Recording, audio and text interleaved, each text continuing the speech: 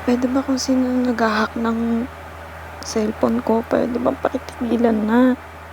Puwede ba pakitigilan na yung paglalagay-lagay, puwede bang pakitigilan akong paglilipat-lipat ng mga files dito? Puwede bang pakitigilan na galawin yung cellphone ko? Tulad nitong video na 'to, natulog lang ako buong araw. Hindi naman June 20 yan, eh. June 16 yan. Pero nakalagay dito sa June 20, 1 PM. Ako nag-upload niyan 'no, dito nakalagay yan.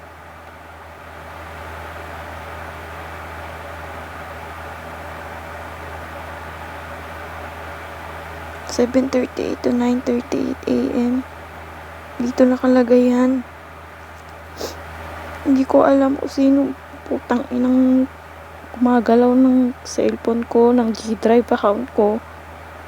Sino mang hacker yan. Ginagalaw yung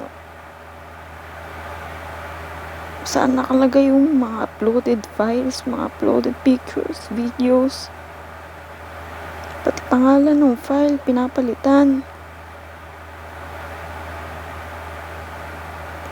Ang ina mo.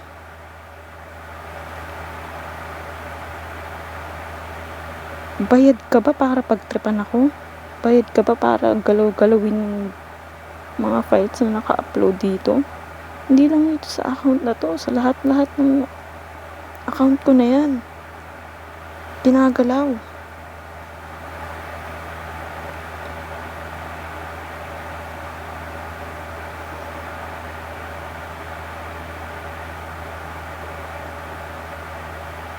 Kahit babae ka pa, kahit lalaki pa yung gumagalaw ng account ko, pangalanan ko yan. Pakita yan, pakilala yan.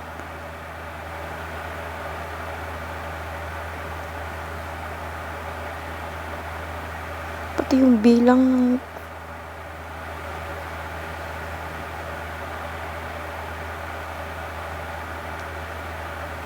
bilang ng files na naka-upload, pinapalitan nila.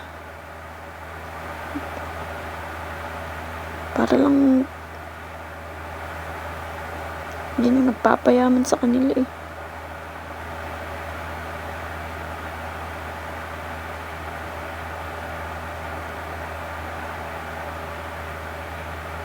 Like, for what? What for? Parang gawin yung mga bagay na yun.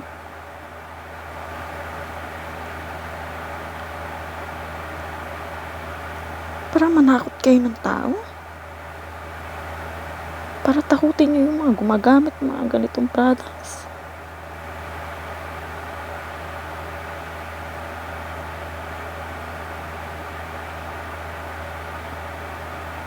Pangalanan nyo yan. Yung ba yung pangalan ng Elon Musk? Yung ba yung mga kumpanya niyan? Yung ba yung mga tao niyan?